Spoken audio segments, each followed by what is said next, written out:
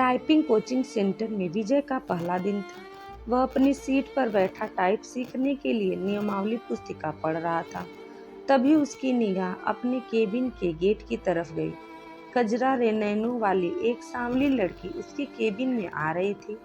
लड़की उसकी बगल वाली सीट पर आकर बैठ गई, टाइपराइटर को ठीक किया और टाइप करने में मशगूल हो गई। विजय का मन टाइप करने में नहीं लगा।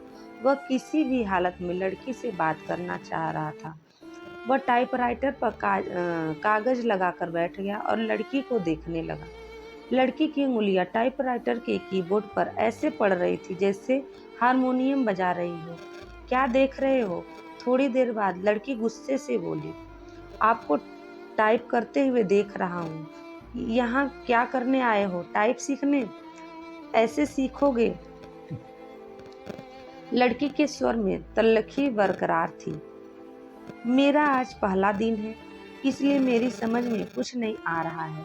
आप टाइप कर रही थी तो मैं देखने लगा कि आपकी उंगलियां कैसे पड़ती हैं कीबोर्ड पर। आपको टाइप करते देखकर लगा मैं भी सीख जाऊंगा। यदि इसी तरह मुझे ही देखते रहे तो आपकी यह मनोकामना कभी पूरी नहीं होगी। लड़की फिर टाइप करने में जुट गई। विजय भी कीबोर्ड देखकर टाइप करने लगा। टाइप करने में उसका मन नहीं लग रहा था। वे बेचैनी सी महसूस कर रहा था। 10 मिनट बाद ही उसने टाइपराइटर का रिबन फंसा दिया। रिबन तो फंसेगा ही जब ध्यान कहीं और होगा। लड़की उसके टाइपराइटर को थोड़ा अपनी ओर खींचकर रिबन ठीक करने लगी। इसी बीच रिबन नीचे गिर गया और उससे उठाने के लिए झुकी तो उसके गले से चुन्नी गिर गई। रिबन उठाने के लिए विजय भी झुका था। उसकी निगाह अकस्मात ही लड़की के उरोजों पर चली गई। वह सकपका गया। लो, ठीक हो गया, लड़की ने कहा तो इसकी चेतना लौटी। लड़की फिर टाइप करने में लग गई, लेकिन विजय का मन टाइप में नहीं लगा। वह लड़की से बात करने की ताक में ही लगा रहा। मन नहीं लग रहा है? अचानक लड़की ने उससे पूछा तो बाछें खिल गई। लगता है कि सीख भी नहीं पाऊंगा। आसार तो कुछ ऐसे ही दिखते हैं। आपका नाम? विजय ने बात को बढ़ाने के लिए सवाल कर दिया। सरिता अच्छा नाम है, लेकिन मुझे इस नाम से नफरत है। क्यों?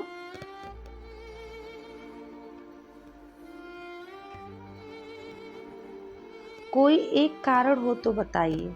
यह कहते हुए सरिता अपनी सीट से उठी और पर्स कंधे पर टांगते हुए केबिन से बाहर निकल गई। विजय उसे जाते हुए देखता रहा। उसके जाने के बाद उसने टाइपराइटर पर नजर डाली। टाइपराइटर उसे उदास लगा और दुनिया बदल गई। इसी दिन से विजय हवा में उड़ने लगा। रातों को छत पर घूमने लगा, तारे गिनता और उनसे बातें करता। चांदनी रात में बैठकर कविताएं लिखता। गर्मी की धूप उसे गुनगुनी लगने लगी। दुनिया गुलाबी हो गई तो जिंदगी गुलाब का फूल। आंखों से नींद गायब हो गई। वह ख्यालों ही ख्यालों में पैदल ही कई कई किलोमीटर घूम आता। अपनी इस स्थिति के बारे में उसने अपने एक दोस्त को बताया तो उसने कहा, गुरु तुम्हें प्यार हो गया है।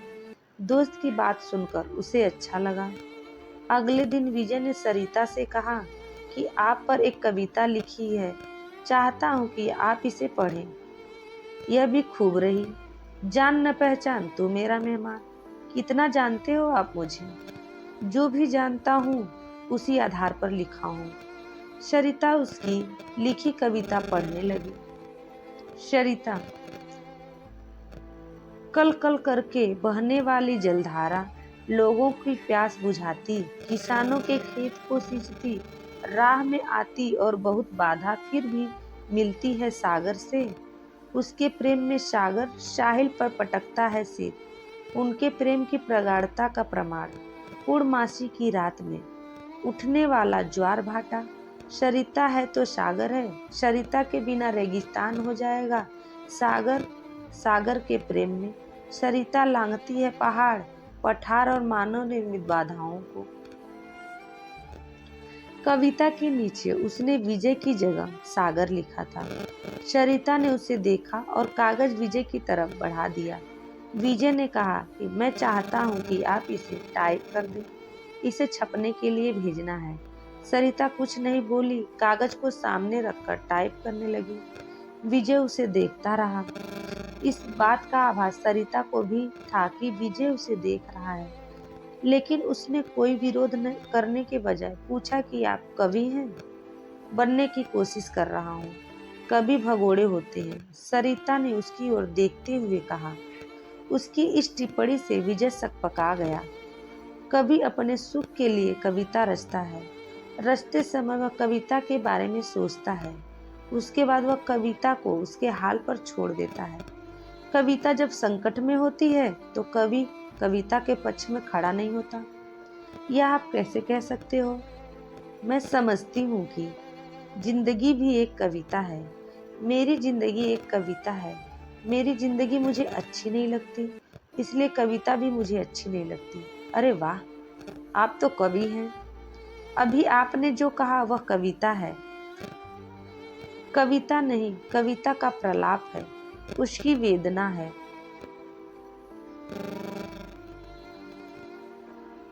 जो उस कवि के कारण उपजी है, जिसने मेरी जिंदगी की रचना की। इतना कहकर सरिता केबिन से बाहर चली गई। कैसी है यह? विजय ने सरिता के टाइपराइटर को देखा। लगा जैसे टाइपराइटर किसी शोक गीत की रचना में मशगूल है। प्यार की खुशबू। आज उसने बातें अधिक की। उनके वार्तालाप को देखकर टाइपिंग इंस्टीट्यूट चलाने वाली मैडम ने उनके पास आकर कहा कि आजकल तुम काफी खुश हो सरिता। बदले में सरिता केवल मुस्कुराई। विजय भी मुस्कुराया। तो क्या करें, मेरे प्यार की गंध इसे भी लग गई। अगले दिन सरिता जब इंस्टीट्यूट आई तो काफी सजी धजी थी। नया गुलाबी सूट पहनी थी, बालों का स्टाइल बदला हुआ था। विजय को सरिता का यह बदलाव रूप अच्छा लगा। वह अपनी भावनाओं को दबा नहीं पाया। बोला, काफी सुंदर लग रही हो। जवाब में सरिता ने मुस्कुराते हुए कहा, थैंक यू। फूल जब उसकी तरफ फेंका तो उसकी इच्छा हुई कि वह खड़ा होकर नाचने लगे और जोर जोर से चिल्लाए कि उसे प्यार हो गया है। ग्रह नक्षत्र चाल। आदमी जब निराश होता है या फिर लक्ष्य के प्रति उसकी स्थितियां साफ नहीं होती हैं तो वह धर्म और ज्योतिषी की शरण में चला जाता है। विजय की भी हालत कुछ ऐसी ही थी। सरिता को चाहने लगा था, लेकिन सरिता भी उसे चाहती है यह स्पष्ट नहीं था। वह अपनी बेरोजगारी से भी परेशान था। घर वाले शादी के लिए अलग से दबाव डाल रहे थे। लिहाजा एक दिन वह ज्योतिषी के पास चला गया। ज्योतिषी पाने के लिए वह ज्योतिषी नौकरी पाने के लिए वह ज्योतिषी से नुस्खे पूछता रहा। उसने सोचा कि प्रेम पाने के लिए भी गृह नक्षत्रों का चाल जान ली जाए। नौकरी के लिए तो ज्योतिषी कभी कहता है कि आपकी कुंडली में काल सर्प दोष है, जो आपके शुभ कार्य में बाधक है। इसकी शांति के लिए घर में मोर पंख रखें और प्रतिदिन उसे 2-3 बार अपने शरीर पर घुमाएं। सोमवार के दिन चांदी से बना सर्प का जोड़ा शिवलिंग पर चढ़ाएं। नित्य श्री गणेश जी की उपासना करें। धैर्य पूर्वक ऐसा करने पर ही रोजगार प्राप्ति की संभावना बनेगी। विजय ने अभी तक उसके बताए नुस्खे को आजमाया, लेकिन आज तक कोई संभावना नहीं बनी। शिकायत करने पर वह कह देता कि आप पर भाग्य शुक्र महादशा चल रही है। शुक्र के बलवर्धन के लिए शुक्रवार के दिन 5.5 रत्ती का ओपल चांदी में जड़वाकर दाहिनी मध्यमा में धारण करें। पंडित जी, मेरी कुंडली में प्रेम है कि नहीं? है न, बहुत है। कुंडली पर सरसरी नजर डालते हुए ज्योतिषी ने कहा, प्रेम विवाह का योग है, लेकिन कुछ बाधाएं हैं। प्रेम विवाह में क्या लफड़ा है? आप पर शुक्र की महादशा चल रही है, जो अशुभ फलप्रद है। गोचर में भी आपकी राशि पर शनि की 7.5 चल रही है। शनि शांति के लिए प्रत्येक शनिवार कुत्तों को सरसों के तेल से बना मीठा पराठा खिलाएं। ग्रह शांति के उपरांत ही प्रेम में सफलता की संभावना बन सकती है। सब ढकोसला है। इतने दिनों से आप एक नौकरी के लिए मुझसे क्या क्या नहीं करवाते रहे। मिली नौकरी? साला चपरासी भी कोई रखने को तैयार नहीं। भन्नाया हुआ विजय ज्योतिषी के कमरे से निकल गया। घर पहुंचते ही मम्मी कहने लगी, तुम्हारे पिता ने लड़की पसंद कर ली है, उनके दोस्त की बेटी है, बीए करके नौकरी कर रही है। तो मैं क्या करूं? शादी कर लो। बिना नौकरी मिले यह नहीं हो पाएगा, फिर तो तू पूरी जिंदगी कुंवारा ही रह जाओगे। बीबी की कमाई खाने से तो अच्छा है कुंवारा रहना ही अच्छा है। कहते हुए विजय अपने कमरे में चला गया। जिंदगी आसान नहीं। एक सप्ताह तक सरिता टाइपिंग स्कूल नहीं आई। विजय रोज आता रहा और निराश होकर घर वापस जाता रहा। 8वें दिन सरिता के आते ही वह पूछ बैठा कि एक सप्ताह आई नहीं। जिंदगी में बहुत दिक्कतें हैं। कहते हुए सरिता अपनी सीट पर बैठ गई। क्या हो गया?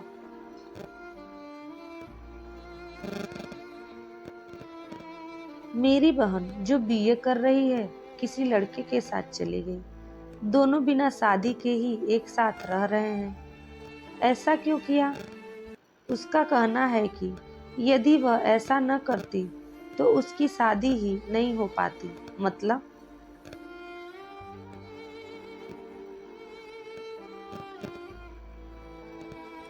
हमारे घर के आर्थिक हालत इतना कहकर सरिता चुप हो गई। मुझे नहीं लगता कि आपकी बहन ने गलत किया है। आज की युवा पीढ़ी विद्रोही हो गई है। वह परंपराओं को तोड़कर नई नैतिकता गढ़ रही है। समय के साथ सब ठीक हो जाएगा।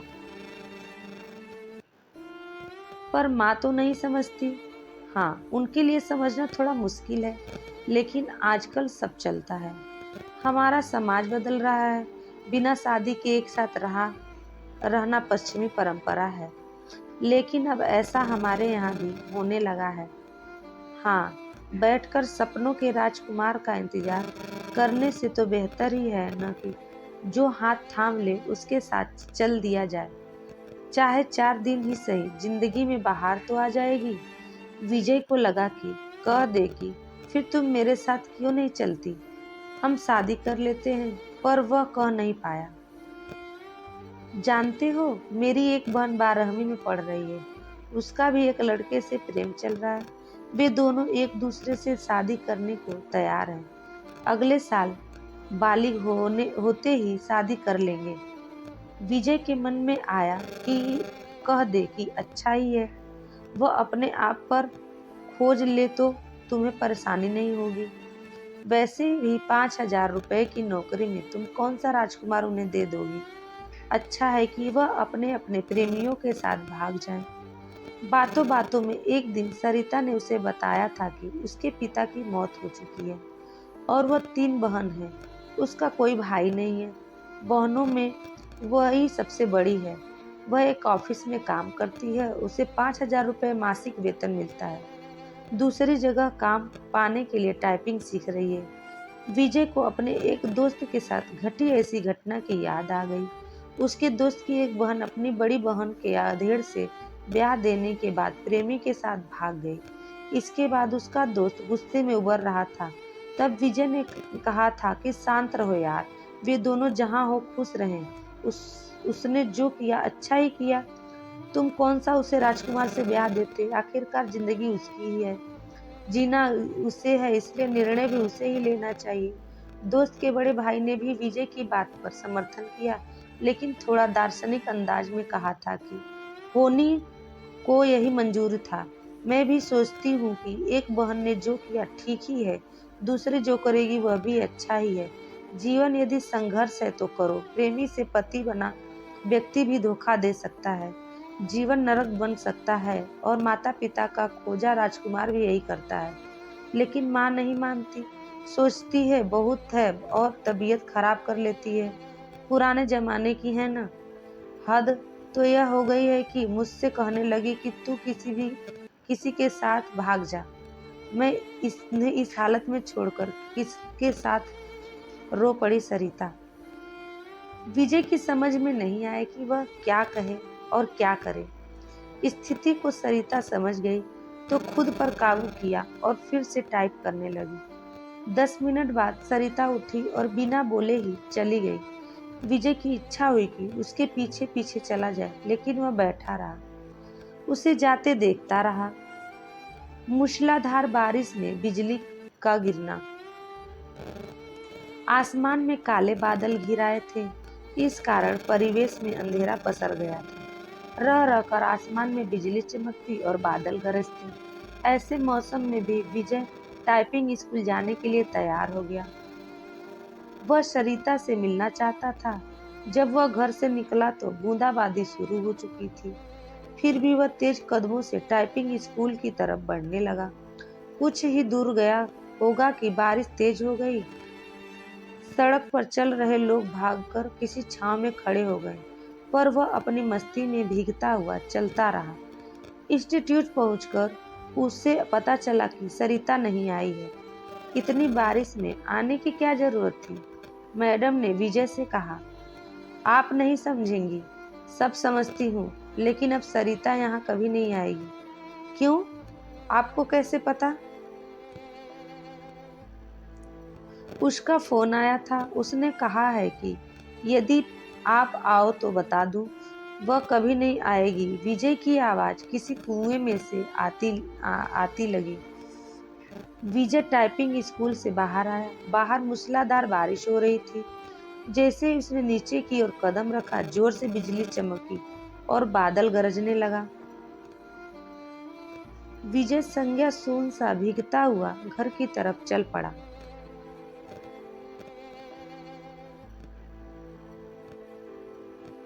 उसने सोचा कि वह सरिता के घर जाएगा, लेकिन उसके घर का पता तो मैडम दे सकती है। यह सोचकर वह वापस पलटा, लेकिन तब तक टाइपिंग स्कूल बंद हो चुका था। भीगते हुए घर पहुंचा, तब तक उसका शरीर बुखार से तपने लगा। लगभग 15 दिन वह चारपाई पर पड़ा रहा। जब कुछ ठीक हुआ तो 20वें दिन टाइपिंग स्कूल पहुंचा। मैडम नहीं मिली। यह सिलसिला 15 दिनों तक चला। 16वें दिन उसे मैडम मिली। उसे देखते ही बोल पड़ी कि काफी कमजोर हो गए हो। उस दिन बारिश में भीगा तो बीमार हो गया। विजय ने मैडम से सरिता के घर का पता मांगा तो उसने एक कागज पर लिखा और विजय को थमा दिया। मैडम को धन्यवाद बोलकर विजय चल पड़ा। वह आज ही सरिता से मिलना चाहता था। जब वह मैडम के दिए पते पर पहुंचा तो वहां ताला लगा था।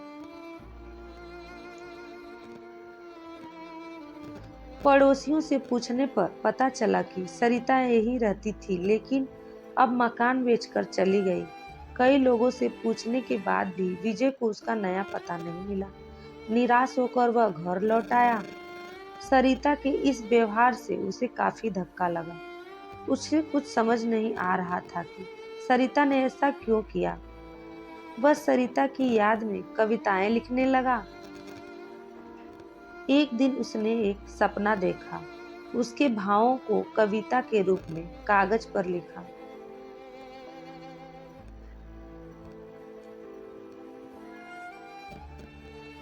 सरिता जो निकली अपने उद्गम स्थल से, सागर की चाह में चली द्रुत गति से।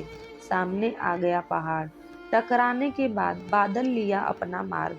मार्ग था लंबा, पहाड़ों की श्रृंखला थी, पठार और पथली जमीन भी।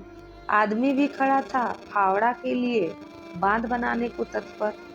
खेत सींचने के लिए चाहिए उसे पानी, पीने के लिए भी बिजली भी तो चाहिए, घर रोशन करने के लिए, कारखाना चलाने के लिए, कारखाने के कचरे को बहाने के लिए भी चाहिए उसे नदी। प्रकृति से लड़ते नहीं थकी वह, बहती रही अविरल। दिल में सागर से मिलने की चाह लिए भारी पड़ा प्यार। अवरोधों पर पहुंच गई वह साहिल पर, लेकिन मानव ने बना बांध रोक दी उसकी धारा। कारखानों की गंदगी उड़ेल सड़ा दिया उसकी आत्मा को। अपने आंसुओं से धोती रह वह अपना बदन, निर्मलता से मिलना चाहती थी। सागर से विकास उन्मादी मानव ने रौंद दिया उसकी आत्मा को। जिंदा लाश हो गई वह। उसके लिए तड़पता है सागर, साहिल पर टपकता है अपने सिर को, टपकता है अपने सिर को। उसने तो दम तोड़ दिया मानव के विकास में। सागर भेजता है बादलों को। उसे पुनर्जीवित करने के लिए। वह जानता है बेवफा नहीं है वो, सच्चा है उसका प्यार, कैद है वह मानव के विकास में। बरसते हैं बादल, उफनती है नदी, मानव को दिखती है अपना विकराल रूप, दिखाती है विकराल रूप। मिलते मिलते ही प्यार की ताकत तबाह कर देना चाहती है वह मानव सृष्टि को। बदला लेना उसकी प्रकृति नहीं, भागती है तेज तेज गति से सागर की ओर, बाहें फैलाए स्वागत करता है सागर। बताना चाहती है अपने कष्टों को वह, लेकिन कुछ भी नहीं जानना चाहता सागर। जानता है वह मानव स्वभाव को, उसका भी तो पाला पड़ा है इस स्वार्थी प्राणी से। विजय की इस कविता को पत्रिका में छपे 1 माह से अधिक हो गया, लेकिन उसके पास इस बार भी अब तक सरिता का कोई पत्र या फोन नहीं आया। उसे उम्मीद है कि एक न एक दिन सरिता उससे संपर्क जरूर करेगी। जब से वह कविता प्रकाशित हुई तब से वह फोन की प्रत्येक घंटी पर चौंक जाता है। यही नहीं, वह हर रोज पोस्टमैन का बेसब्री से इंतजार करता है, और जब वह उसके आने का समय खत्म हो जाता है तो वह उदासी के समुंदर में डूब जाता है। वीडियो पसंद आए तो चैनल को लाइक और सब्सक्राइब